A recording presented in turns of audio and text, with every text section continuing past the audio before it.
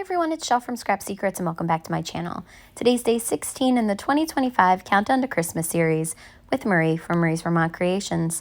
Our technique today was to create a sentiment spotlight, and I'm going to be using this Merry background die from Honeybee Stamps, as well as the sentiment stamp set that goes with it and the coordinating sentiment die.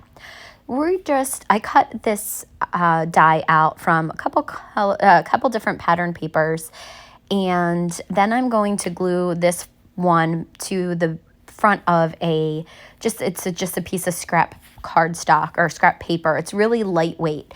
If I was going to redo this, what I would do instead of using wet glue is to actually use my tape runner on it, because then that way I wouldn't have to put glue down for each and every letter, and I could kind of put it all over the background. It does take up more glue, but it would save me in the long run. So I am going to be just puzzle piecing these letters together, and I do make a huge mistake. Let me know if you can see it. I got all the way almost to the very end when I realized what I did, and then I had to redo it. So while you're watching me put these letters together and make my mistake, I thought I'd talk to you a little bit about this series. So Marie from Marie's Vermont Creations and I pick 25 different themes, techniques, ideas, stamp sets, etc., put them into a randomizer, and do videos every Monday and Friday from the end of September to this year. It'll be December 22nd will be our last card. It's so hard to believe that this series is more than halfway over. Especially with Thanksgiving being so late this year. But we are having so much fun doing this. We appreciate everybody watching and commenting and liking. Really, really appreciate it, and hope that you guys are enjoying this series. So we still have a lot more good ideas to come, but I will leave Marie's channel linked down below in the more information section, as well as the link to the intro video for the series. Marie also has links on her channel for this year's full playlist, and then the last 2 years playlist, because this is the third year that we've been doing this together.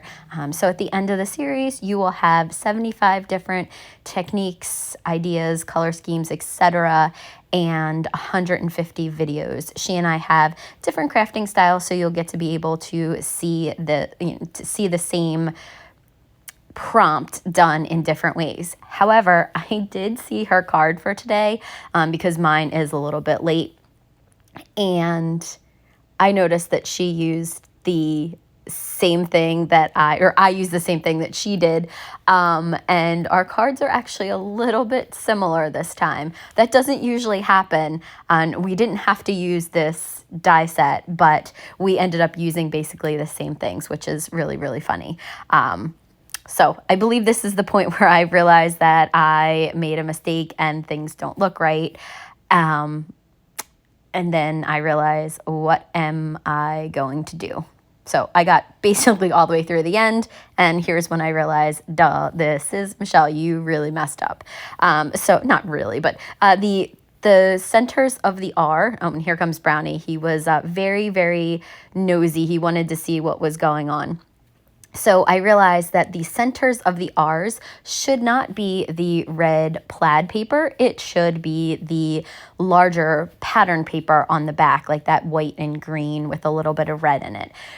So luckily I had the fallout pieces that are on the left-hand side, and I was just able to glue those back in. The ones that I had, I was able to peel them off. Only like one of them got a little bit stuck, and it's thinner than the others, but it all worked out in the end. It was just, I had to glue them a second time. And because the paper that I'm gluing it to is so thin, it really did warp. You'll start to see the paper is kind of curling up. And once I go to glue it to the card front, you can really notice the warping.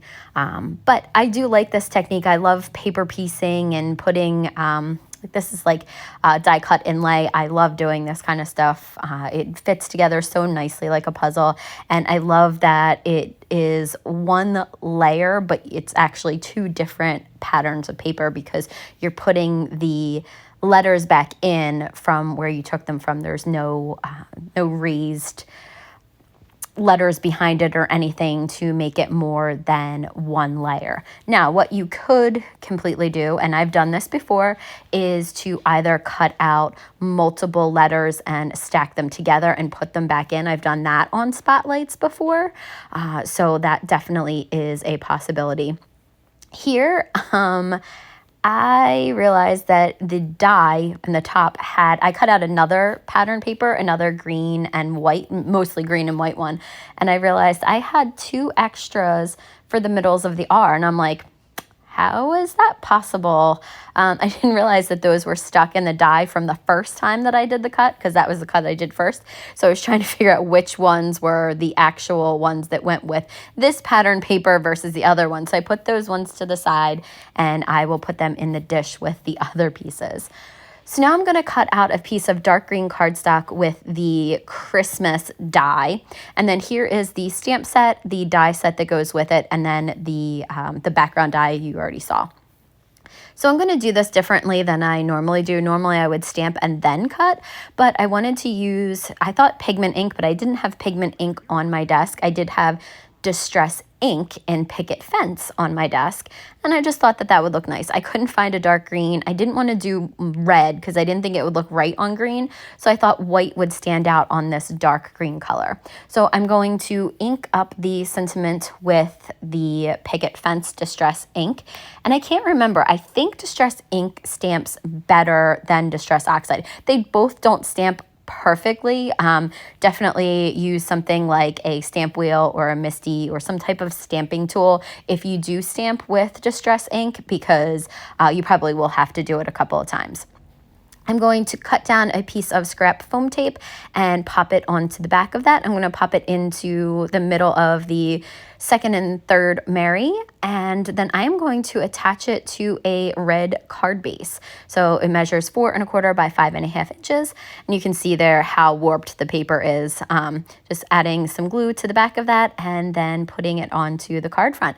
And that is the card for today. I hope that you guys enjoy it. I hope that you check out the link in the more information section to see what Marie made, and we will be back again real soon for another video.